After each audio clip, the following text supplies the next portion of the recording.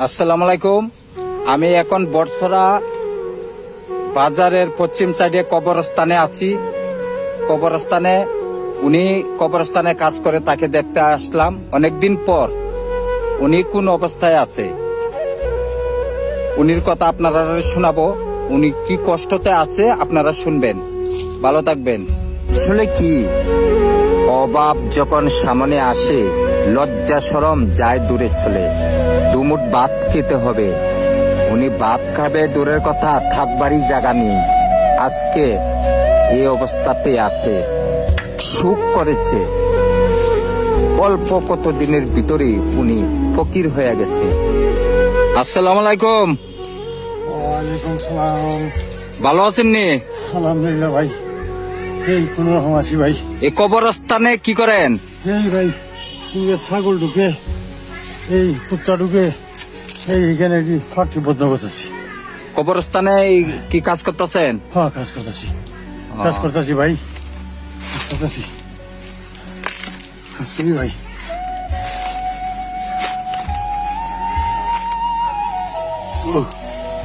ভাই এখন চলেন কিভাবে?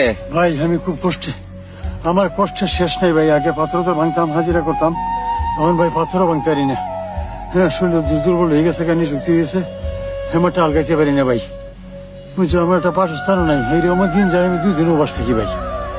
হ্যাঁ, আমার এই এখন কোনো কাম টাম নাই। এই কবরস্থানটা পরিষ্কার করি আর বইয়ে থাকি কবরস্থানে। আমার তো উপায় নাই।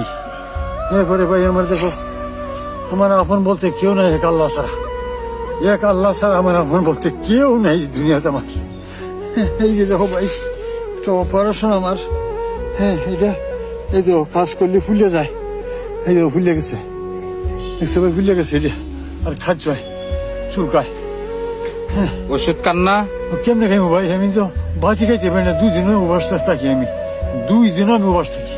থাকেন কই? থাকি ওই যে মুন্সিপালি খুব একটা ভাঙ্গা একটা সাপটার মাঝে, এর মধ্যে ঘুরে থাকি। এখন এই সাপটা থেকে বাড়ি করতেছে, কইছে আমরা আমার জায়গা ছাড়ো, তুমি অন্য আনার ব্যবস্থা করো। এখন আমার ঘর ধরে নেই, আমার কোনো বাসস্থান নেই। হ্যাঁ, এখন একজনে দিছে কচুরি ভাঙ্গা টিন নিজে বেড়াটা যেমন যাইব।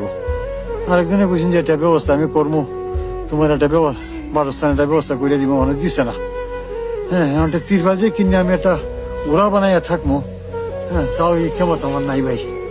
বুঝছো ভাই, আমি এরকম কষ্টে আমি আছি। এই জগৎ এক আল্লাহ ছাড়া আমার কেউ নাই। এক আল্লাহ ছাড়া আমার আপন বলতে আর কেউ নাই ভাই। এরকম কষ্ট করতেছি, এই কষ্ট করিয়া ভাই ফুরে থাকি ভাই। হ্যাঁ, খায় না খায় আর এই কবরস্থানটা পরিষ্কার করি। কি করবো আর, যে সময়টা কাটে না এখানে বইয়া এই চোখের পানি ফেলাই, কান্দি আর এই কবরস্থানটা পরিষ্কার করি আর এই কবরস্থানে বইয়ে থাকি। অনেক সময় শুয়েও থাকি, কেন ঘুমাইয়া থাকি। এই সে ভাই আমার কষ্ট। কোন ঘরের বা হইছে না? না, কোনো ব্যবস্থা, আমার বাসস্থান নাই ভাই। আমার বাসস্থানে কোনো ব্যবস্থা হয়েছে না। ছেলেরা খোঁজ খবর নেয় না? না, আমার দূর করে কুত্তার মতো করে বার করে দিচ্ছে বাড়ি থেকে। দূর করে বার করে। এটা তো শুনলাম, এখন খোঁজ খবর আর নিল না? না ভাই, না কেউ না, খালি ছেলে না, কেউ না, কেউ আমার জিজ্ঞাসা করে না। বুঝছো ভাই, কেউ আমার জিজ্ঞাসা করে না।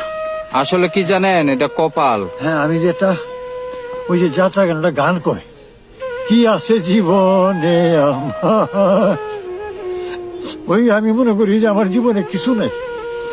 বুঝছো ভাই, আমার জীবনটা কিচ্ছু নেই আমার। আমি খালি এখন চিন্তা করি, আল্লাহ তুমি আমার কবুল করো, আল্লাহ তুমি আমার উদ্ধার করো এই কষ্ট থেকে।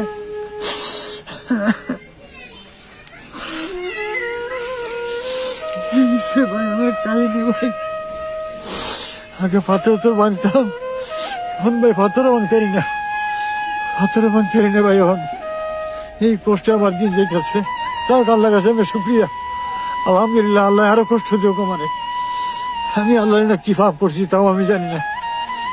আমি আজ পর্যন্ত কেউ আমি আমার দিয়ে হাত দিয়ে আমি একটা থাপ্পড় দিয়েছি না, কেউ আমি একটা কষ্ট দিয়েছি না আমার মুখ দিয়ে। ভাই দোয়া করি ভাই, আর যদি মরে টিকে যাই ভাই, আমার মাইন্ডটা তুমি দিও, আমার মাইন্ডটা দিও ভাই। হ্যাঁ, আর তোমার কেউ নাই জগৎ, আমার কেউ রইল না।